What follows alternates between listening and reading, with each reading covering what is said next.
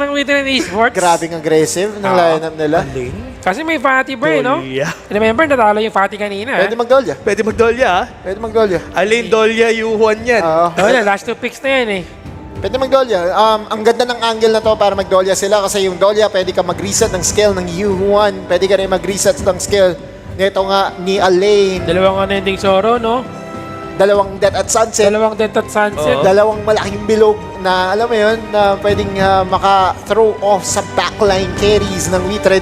Especially knowing na ang Yixing walang mobility pops. Oo, siya talaga yung magiging focus dito. Hindi yung Marco Polo kasi yung Marco Polo na yan, makakatakbo yan for the side of Witred. Yun ang hinahanap natin na Dolya. Kita na natin, medyo mapapahirap ang buhay ni Aaron this game. Ayun, meron pala tayong Dolya today sa attendance. Meron din kasi talaga tayong mga cosplayer na pupunta sa venue. Oo. Ayan. Dapat pag napipick, pupunta sila sa stage. Oo, tapos sasayaw. Post sila doon, no? Doon sila maglala. Kakanta bigla. Baka magalit sa akin, binigyan ko ba ng trabaho. Yari na naman, autolus na naman. Yari na naman. Binigyan ng idea yung director. Menki, ang kanila magiging Not bad, not last bad. breakup dito. Kaya lang medyo, parang chapso yung lineup ng Witren dito. Pag panansin mo, ganun din naman sa Team Flash PH eh. Yung combo missing, kaya lang may Alain tas Dolya eh. Yeah. Kung early pacing lang yung laban talaga for the Menki Agudo, I do think si Agudo yung may advantage. Especially for the first few levels, lalo na sa Tyrant fight. Kaya I think mas lamang yung Agudo kaysa sa Menki pick na yun. Yeah, for sure. Yung Menki, wala masyado talaga ginagawa sa early. Oo, totoo. Wala talaga, staff tail lang talaga siya. Pero again, darating sa punto, napakakunat niya na pwede siyang sumalo ng damage dito ni Lady Sun. Pero Hindi pinaka magiging combo kasi talaga dito yung Alain eh, no? Oo, hindi Again, no? Yung Mengi, hindi Arise kind of hero. hindi true. assassin. Oo. Malay mo mag-damage, pero pag nag-damage siya, wala silang Naka-Shadow Reaper. Hindi nga Yeah, kasya pero sa hindi screen, no? Diba? Di kita yung ulo. Butter shit. Ay! Lala! Dami ba? Binigyan mo ako ng opening eh. Alam mo naman yung Nabigyan- intrusive thoughts ko, pre. Nabigyan pa nga. Pero ito na nga, we head over to our game number 3 decider to mga tol. Game 3. Oh my. Ito na ba ang unang panalo ng Flash PH? Ito na ba ang unang talo ng Witred? No? Parang ganun yung nangyayaring story dito eh. Pares lang yun eh. Big surprise if ever mangyari na ang Team Flash ang manalo dito. Because of the power levels ng mga teams na to. Right now, at least, makikita natin. Malaki yung river control na itong dalawa. Dolya Yuhuan. Malaki yung pwede nilang iikot sa river dito. So, mabilis sila. Uy! Ginamit na yung kanyang Uy! military powers. May What? flash in! Just to secure that first blood. They're What? not joking right now. Or to go for an aggressive play. Okay, Syndicate. Hindi ka madalas makakita ng Fatih na gagawa ng play at level 2 pero Oo. ginamit ni Syndicate yung kanyang first skill and trying to get that first blood. Good start para sa Witred. What a play coming in from their side. May flash pa si Syndicate on the top. Kala ko, papasukan niya yun. Pero right now, at Iba, least oh. punishing Flint in the mid lane is very important. Nag-iba yung play nila ngayon. Going for the teleport sprite kagad. That's earliest now. And again, this is way different to their usual play from the past 2 games. And ito rin yung naging problema kahapon ng Flash PH, no? Nag-U1 si Flint, nag-rotate siya pa topside, nahuli siya ng mga kalaban. Ayun lang. Deja vu, pre! Oo, nare-read talaga sila, no? If ganun ang gusto mo sabihin, nare-read talaga sila ng mga team sa gagawin nila yun. Top, bot side. Charge mobilization. Binato na si Furball. Kailangan mag-back away ng bagya dito. Wala pang ulti ang dalawang miyembro ng Witred Esports. Yep. Arise waiting sa Geddy, pero hindi muna sila mag-i-initiate for ng Aaron pala. Pero again, taong damo lang to si Maze eh. Mulberry power lang na Mulberry power eh. Oh, yeah. Oh! Okay. Dream Roam para kay Fierce. Kaya lang Fierce na ipin lang siya magawa para makatakbo. Wala siyang flash dito. Hindi makalangoy over the wall. And that's another kill. Ops! Kamuti ka na. Aggressive ni Darfin, no? Fevered ba rin? Shout out aware. Yeah, pero ginamitan lang ng tumble away dito ni Konsi. Bang! Ay! Bakit mo sinasalo? Lalaban niya yun. Nilalaban ni Konsi kahit Ganito yun? tinamaan siya kanina eh. Pero ito kikita natin, slowly but surely yung Team Flash PH, kahit na natatalo sila dun sa mga fights natin na yun, mamaya makikita natin at the later stages of the game, madalas nung attention mapupunta kay Flint tsaka kay Bridget. Tapos nasa likod lang si Konsi bumabaril-baril. 100%. Si Bridget pa rin magiging primary carry dito ng Flash PH. How will Witred protect their backline is the question. Kita mo dito si Darfin, hindi na nga siya nag-stun eh. Nag-purify na rin eh. Alam niya eh. Yup. Kailangan lang play it safe even though you're using a Marco Polo. Pero Syndicate, kaya pa niya masecure ito na mag-isa. Pero parating ang tulong mga kaibigan coming in from Aaron para makuha ang teleport sprite. Bridget, pwede na gumamit ng kanyang data status para makapag-disengage. Pero papasok na siya sa loob with the knock-up. Coming in from their members, Doya Pwede, going to respond as Pwede well. mag-reset, Pwede niya ah. ma-reset with data sunset. Ayun, no. Pero Isa pa. nag-block yung kanyang passes. So may gamit ang kanyang flash out.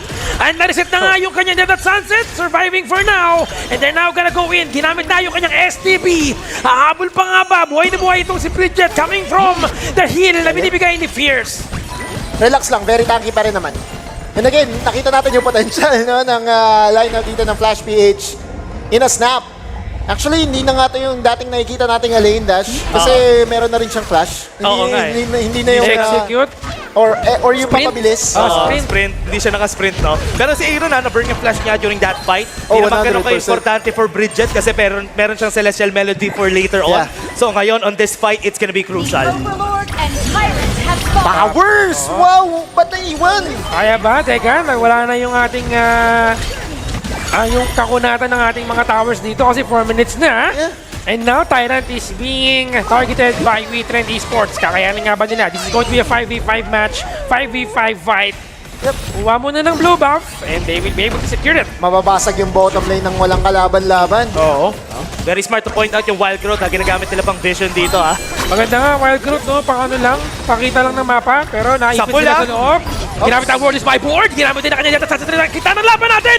There's going to be a two-knock up, pero nasa likod si Rice, pumasok sa loob! Wala akong pake sa inyo lahat dito, pangalawang death at sunset na! Tamang representative overlap sa likod itong si Darfin para magbigay ng damage sa atin ng mga kalaban, and that's -1, they could potentially go for a Tyrant. Parehong clash laner natin nasa likod kanina. Naghanap ng backline si Aaron at si Fierce ang namatay dito sa teams natin. And I think that's going to be the story of the game, no? Penetrate the backline, win the game from there. However, ano nang nangyayari sa macro ng Flash PH dito? Nabitasan sila ng tore ng ganun-ganun lang sa bottom lane. And oftentimes, when you see a Lady Son, siya yung talaga nakakuha dapat ng priority sa bottom lane dahil sa kanyang poke potential. Anong nangyari, di Oo ba? nga eh. Naiwan nila yung minion wave kanina eh. Habang nagtatry sila mag-contest kasi dun sa Right. Tyrant, then naiwan nila yung minion wave. That's why na-push lang talaga Sobrang sila sa bot. critical natin dito, Dash, Yes. because this is the highest level of play sa Pilipinas. And again, this is also a challenge for them.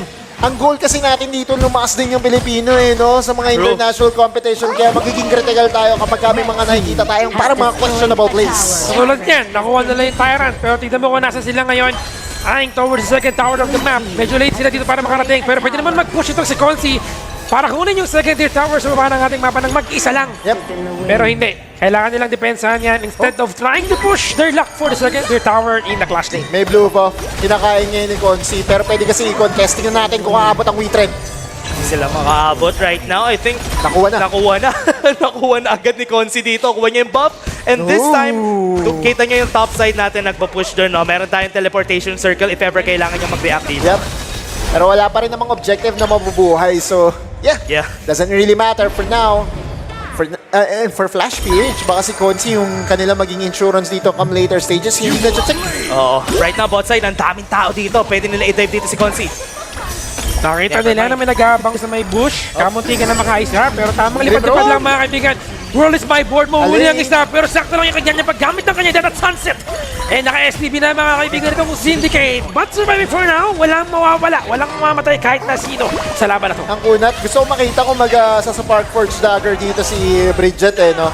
For that extra damage. Kasi kadalasan, tank build ang lane. Pero in the recent patches, parang sinasabi ng mga lane users nga natin na kulang na sa damage. Kaya kailangan yung attack speed first. Plus yung mga lightning na binibigay ng Spark Oo, Forge. naka-Blazing Cave siya right now. I think Spark Forge very important rin para maging threat siya. Kasi if wala, hindi siya magiging threat dun sa backline. Yeah, tingnan Lalo natin. na kay Aaron tsaka kay Darpin. Obsin. Oops! Survival Sakit, game, no? Survival game ang labanan. Mukhang mahuhuli Ala, ata mga ala, kaibigan. Si ala. Aaron nag-block yung kanyang passive. The free coming in from Consi na may red buff. Information provided. Yes. Information, kuha nila. With this is gonna be good. Walang flash itong si Aaron. Pwedeng So i-push. right now, naghahanap sila ng push dito sa mid Yep. lane. Getting the blue buff on Luwag the na bot side. naman. Malaking bagay ito, no? For Zekis. Eh, alam mo, kuha niya nga ba? World is my Ay. board para makuha ang kinin yung kanilang blue buff dito. Ginamit ng kanya Secret Tree Blessing. Pero sa likod ng ating mga meron din naman ginamit dito na Death at Sunset. Mamamatay dito sa Syndicate mga kaibigan. That's going to be one for the members of Team Flash PH. And libreng kill for them. Walang contestion na magaganap. Tower sa top. It's the Consi game. Naamoy ko na. Consequences. Consi, try na i-penetrate ni Syndicate itong si Consi. But with all the peeling na nanggagaling kay Flint and kay Fierce, baka kailangan pa nga niya mag-anti-heal. Oo. Guys, kita niyo yung AOE. Yung Wild Growth, yung Mournful Tempo, yung ult ni Ang Allen. daming healing dito ni Consi. Ang hirap. Oh my. Wala tuloy mahuli si Syndicate, no? Pag ginamit niya yung Secretary Blessing. Oo. Sinong mahuli mo dyan? Naiiwan siya eh. Unless mahuli ng World is my board. Yan. Doon lang siya makakapatay. Yeah, pero nakikita nga rin natin na parang nahahati yung team fight.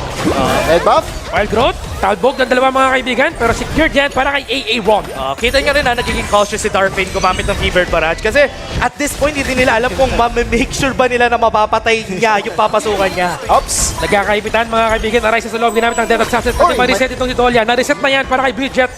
Okay. Tower lang. Walang personalan. Kung wala na mga towers dito mga kaibigan. Yep. Nasira yung baba, pero Uy, buhay pa rin pasok, yung KTV. pasok. Pero sa loob, nakapatay mga kaibigan namin ang kanyang favorite barrage.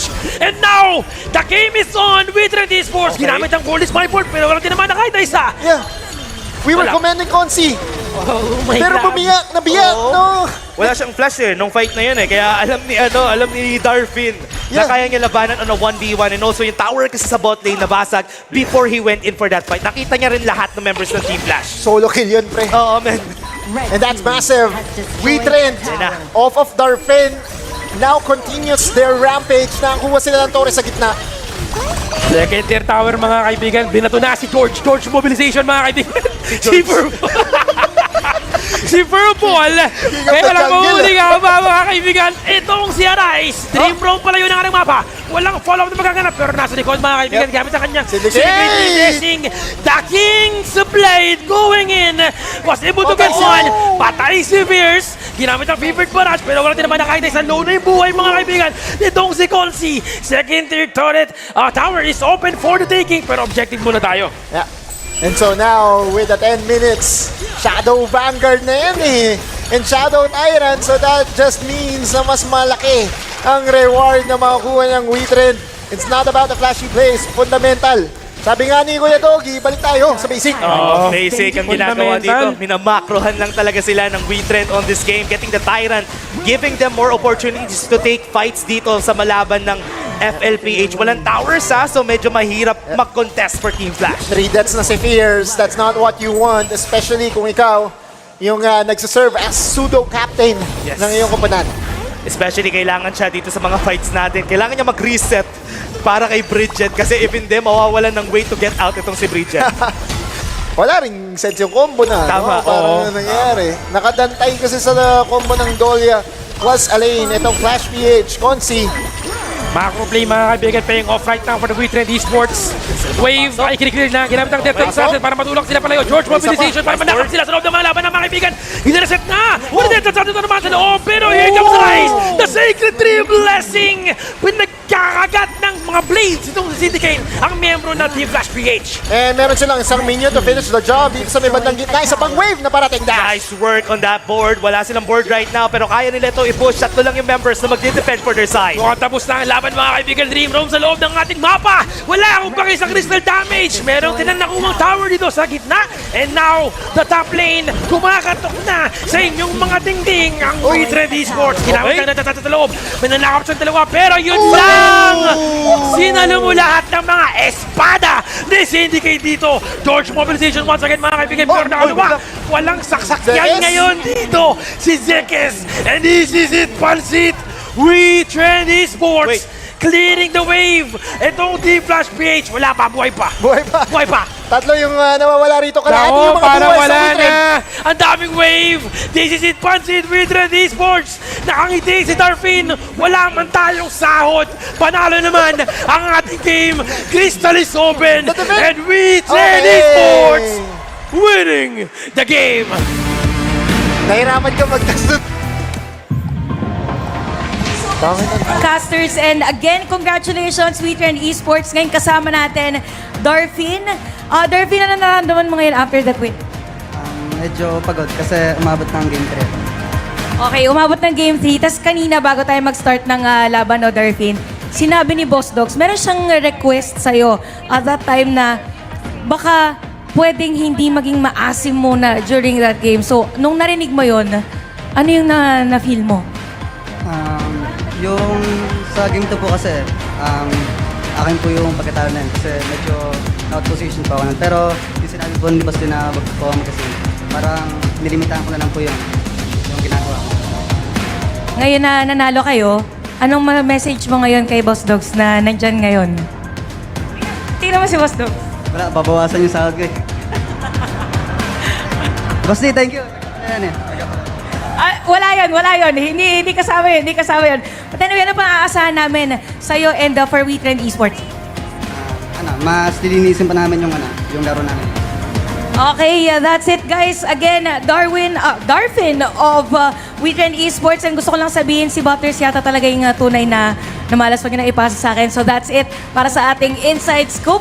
So pasa natin sa ating panel, Marakino and Butters. Kayo na muna.